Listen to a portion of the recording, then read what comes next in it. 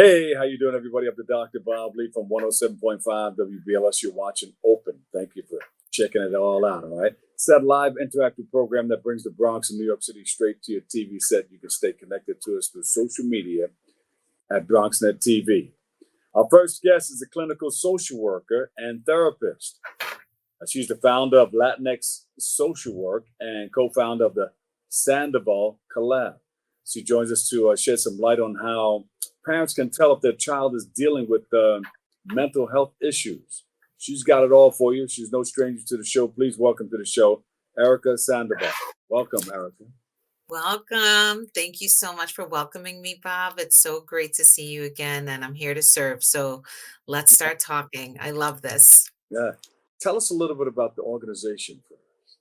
The Sandoval Collab organization is we're a mental health and wellness consulting firm as well, and we support our communities with mental health needs and also bring in group work so we can really support people in their wellness as well. We have groups for anxiety, we have groups in healing circles, and we also provide consulting services for other organizations to reduce burnout for everyone. So it's really exciting. And we're all bilingual, bicultural. That's amazing.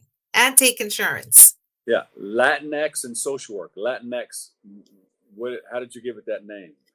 Latinx and Social Work is a collective of incredible social work leaders that are from New York, New Jersey, Connecticut, Dallas. They're actually around the world now. And we published our personal narratives of trauma and resilience to inspire more individuals to go into the social work field. We know that there's not enough of us that are culturally competent, culturally bilingual, and there's a huge wait list, and there's organizations aren't having social workers to meet the needs of their constituents. So we're here to serve and really help build a pipeline of social workers coming into the space. Yeah. So yeah, it's been amazing to collaborate with some amazing people. How impactful can managing stress and anxiety be for our youth? I mean, everybody, one time or another, experiences stress and anxiety.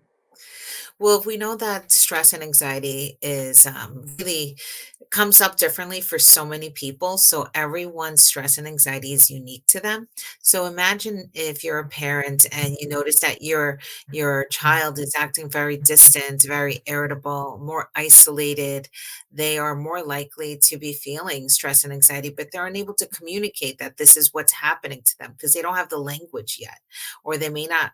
But nowadays, now there's TikTok, that's the new library. So we have to say that, and Google. But sometimes individuals that are younger, like if they just started school, if they're in their, if they're going into first grade, they're 6 years old, they may not have the language.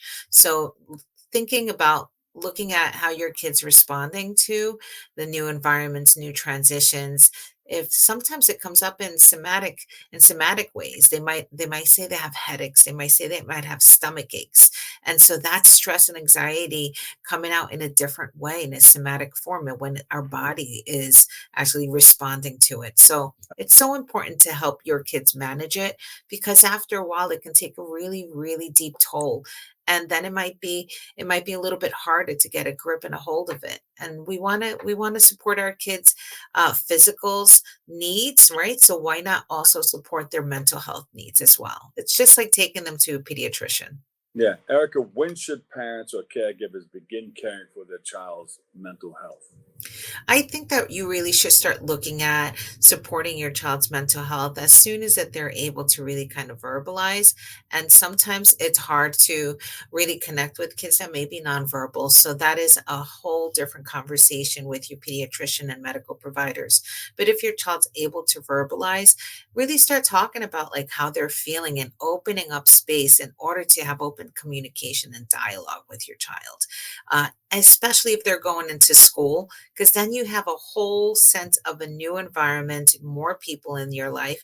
And you can become bullied, or you can feel very isolated, or like you don't belong in that space, or it's very anxious. Social anxiety comes up.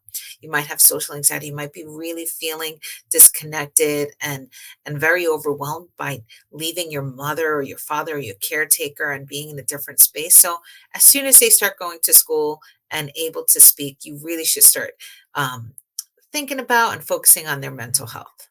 Yeah. How can you tell if a child is dealing with anxiety and suffering from mental health? Well, I think that many children really tend to speak differently about how they're feeling. So, depending on the family culture and how they grew up, and how well families have communicated, sometimes it's through communication. Sometimes they're able to say it. But let's look at the symptoms that we may not be able to hear them say. So, if they're irritable and they're lashing out, being more aggressive, just being, we think like they're bad, they're being like misbehaving or they're bad kids, and it's not. It's something that's happening. Something's going on with them, so just thinking about how their behavior has changed. Academics, like this is the silent way that anxiety and stress can come in. If they're usually doing really well in school and then all of a sudden their grades have dropped, we tend to be like, hey, why are you being lazy, or you're not putting your all into it? It could be something that's happening with them mentally, like they're struggling with anxiety or depression or something that's happening. So really thinking about, what can I do to support you? What is it that you need, instead of shaming them for them not doing well in school? So grades, isolation as well. If they're more likely to isolate themselves and not really want to spend time with the friends or the family, or they're in their room more often, or they don't want to go to school, or they're just really being in a very dark place. If they lose weight very quickly, or if you see that they're gaining weight very quickly, things are coming up for them and they're not able to express themselves, and they may be filling a lot of voids, or they may not be able to really kind of name what's happening. So keeping an eye out for all those things, losing sleep or sleeping too much, all Yeah. of these things is also things that we experience as adults. So think about, hey, this doesn't seem right. Let me check in with my child. Let me check in with my pediatrician, and connect the pediatrician and your child with yourself to kind of figure out, what can we do to support your child's needs. So when you see those symptoms, that's the step that you should take to have them see a behavioral health professional. Is that right? I think the first thing is like really have meet with your pediatrician and connect with your doctor to really have like a holistic plan. It's always great to have like narrative medicine. You like find out, hey, how you doing in school? Sometimes your kids will be more likely to talk to their doctor about what's going on and explore what's happening. So you have a team, you have someone that's backing you. Yeah. And then after that, you can potentially be referred to someone to talk to someone. And then you have to really kind of connect with your child in order to for them to be able to accept that referral, right? And it can be anywhere. It can happen in the home, or you could be dealing with something that's happening in the community or in the school. Yes. Yes. It's right now, everything that's happening in the world, it could be just watching a lot of TV. television, a lot of news, right? Like we have so many triggers now. There's so many things that's happening, school, home, the world. And so just getting that support for them is so important. Erica, what do people call you mostly for? Mostly it's anxiety. A lot of the times I'm working with parents and professionals, and that are having anxiety themselves. And it's a lot of times related to what's happening in the home, what's happening within their professional space, but really family. And what I always like to say is like, if you want to help your child, you have to help yourself. If you want them to accept help, you have to show them that you are accepting help and you are seeking support. And that is the reason why we create so many different opportunities for parents to come in and sit and really just connect with themselves and give themselves that grace. Yeah. And what do you do when a child resists? They say, "Nah, there's nothing wrong with me. I don't want to see anybody. I don't want my You friends to know that I'm seeing anybody either." we have to honor our kids, and sometimes we force them to do things that they don't want to do and they may not be ready to do. So maybe it's contracting with them and saying, okay, if this is not the time that you don't want to see anyone, and they're safe, and it's not a life, like if they're not suicidal, it's okay for them to say, hey, I'm not ready yet. And you just check in with them. But the number one thing is show them that you are seeking your own support. When we as parents, as caretakers, are talking about mental health in a normalized way, they can mirror this behavior and they can see, oh, well, my mom or my dad or my uncle or my brother are also providing, getting support that they need. So it must not be that bad, right? It must not be that bad. So when they're ready, you just check in with them like, hey, let me know. Let me know if you ever want to talk to someone and talk about things at home. Like, yeah, I had a really good time talking to my therapist today. I realized this. Let's normalize talking about mental health. That's the number one thing. And when they're ready, they will let you know. Believe me, a lot of times teenagers have communicated to their parents, okay, I want to see a therapist, and here are the therapist I want you to help me connect with. They even do their own work and look people up. Isn't that amazing? I had 14 years old contacting me and saying, my mom is going to reach out to you, please let me know when she does. It's amazing when they get empowered to do their own work. Yeah. And then sometimes you may need to see the whole family. Do you make That's house right. calls That's to right. the whole family, or have them come Well, to your? absolutely. Families, it's called collateral sessions and family therapy work. We love working with the whole family. And even when we work with our teens, with our teenagers, we invite the parents to step in into a collateral session. Yeah. Um, once a month, but the teen always kind of makes that call. But in the beginning, it's like, let's connect with the parents, let's connect with the caretakers to see what's going on and to help them. Just because you never know what's coming up for the kids. It could be a lot of transitions that they're facing. It could be you're going through, you're moving into a new school. Your parents may be going through some marital problems, or your caretakers, or you may not. You may feel like you haven't been feeling really safe or secure because you have yourself been displaced into a different home and a different environment. So many things can be coming up. Is there anything that the parents and caretakers can do for themselves while they are navigating this? Sometimes you may need to get somebody in the community or the teacher or pastor involved.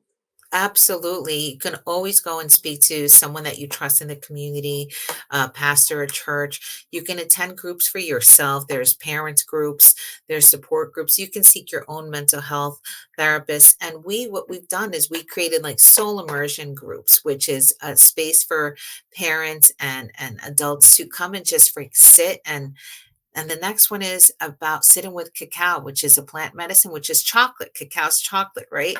So when you're sitting in ceremony, and a ceremony meaning like in a circle, and you're connected with other individuals and you're taking just some time to yourself, you're actually able to heal yourself from the anxiety that you may be picking up from not being able to manage all of these responsibilities.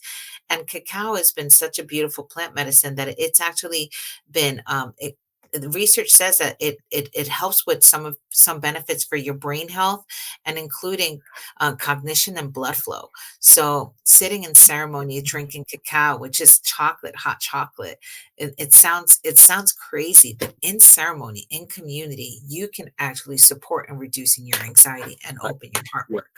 I spelled it phonetically. I said CAN, and cow, like moo. Oh Well no, done. it's CACAO, Oh, cacao. got it. Okay. That's what it is. But I just No, wrote it down. I jotted You it. should you should come. You should come, Dr. Rod. You would love it. It's amazing. It's an incredible community healing experience, and you connect with yourself, your open heart, and it really just really grounds you. And it's myself and incredible collaborators. We have a beautiful ceremonialist, Carolina Bolivar from Colombia, who's a cacao plant medicine woman, and I support in the integration and the mental health piece. So it's really a beautiful Oh, space. great. When is it going to happen? When is it going to take?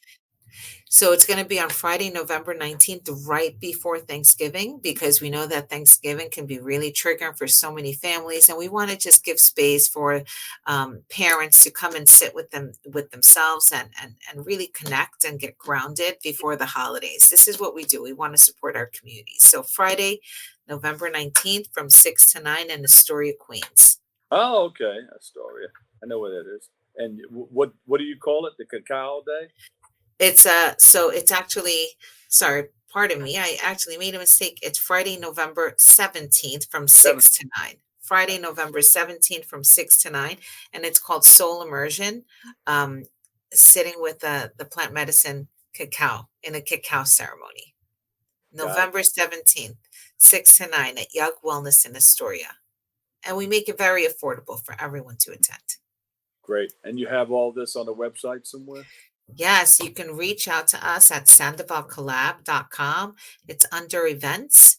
And you can also check us out at Latinx and Social Work on Instagram or at Sandoval Collab on Instagram.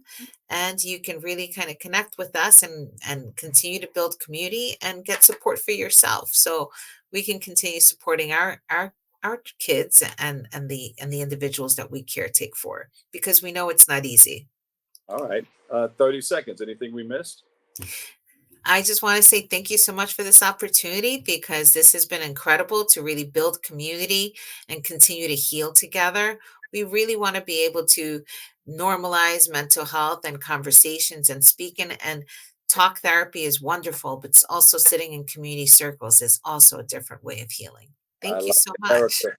Thank you so much. Erica Thank you. Sandoval, LCSW, founder, Latinx and Social Work. We appreciate you. Thank you for all that great information. Appreciate you. Thank you Yeah, so much. Take yeah. care. Bye. Bye. We'll take a break. I've got more open coming up next. Don't move.